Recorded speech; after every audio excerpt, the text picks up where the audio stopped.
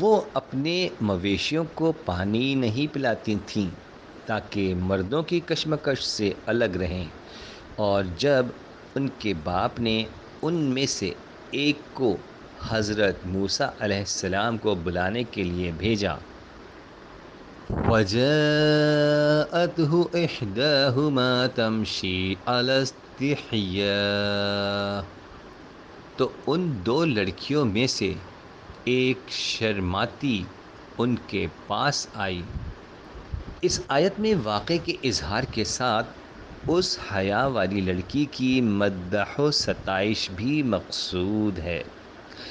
یہ وصف انسان میں بچپن ہی سے فطری ہوتا ہے، اور اگر اس کی مناسب تربیت کی جائے تو وہ قائم رہتا ہے بلکہ بڑھتا جاتا ہے، اور اگر بری صحبت لگ جائے اور اچھے لوگوں کا ساتھ نہ رہے تو جاتا بھی رہتا ہے۔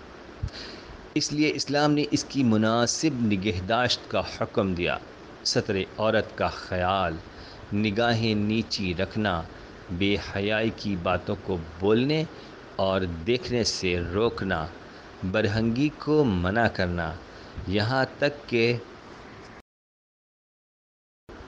غسل خانہ اور خلوت میں بھی اس کی اجازت نہ دینا اسی لیے ہے کہ آنکھیں شرم کے منظر سے جھینپتی رہیں۔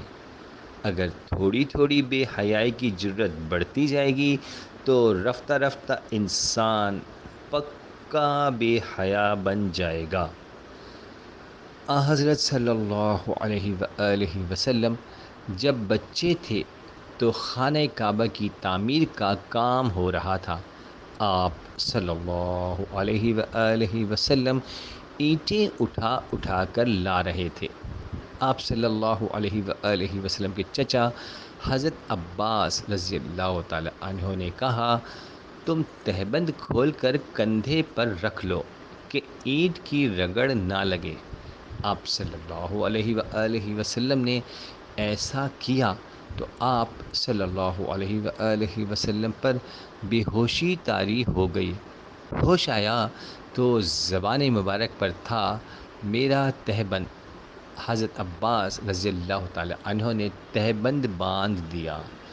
نبوت کے بعد بھی آپ صلی اللہ علیہ وآلہ وسلم کا یہ حال تھا کہ صحابہ رضوان اللہ علیہم اجمعین کہتے ہیں کہ رسول اللہ صلی اللہ علیہ وآلہ وسلم پردہ نشین کنواری لڑکیوں سے بھی زیادہ شرمیلے تھے۔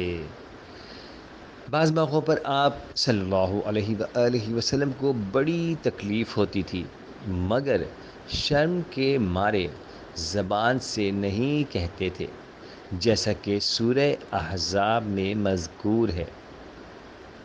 ان ذالکم کان یؤذی النبی فیستحیی منکم، تمہاری اس بات سے رسول کو تکلیف پہنچتی تھی تو تم سے وہ شرماتا تھا۔ امر حق کے اظہار میں شرم و حیا۔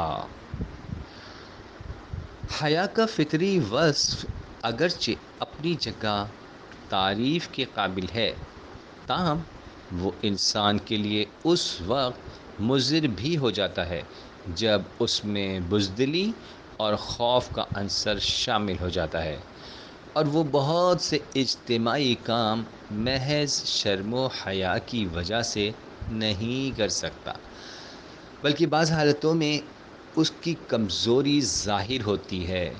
اس لیے حیا کی حقیقت میں بزدلی کا جوہر شامل ہے۔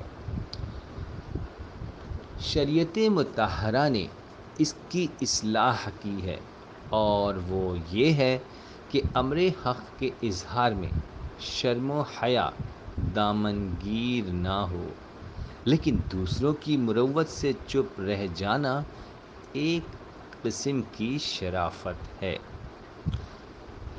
جو ایک معنی میں تعریف کے قابل ہے، چنانچہ آپ صلی اللہ علیہ وآلہ وسلم کے زمانے میں ایک شخص نہایت شرمیلا اور حیا دار تھا، اس وجہ سے نقصان اٹھاتا تھا۔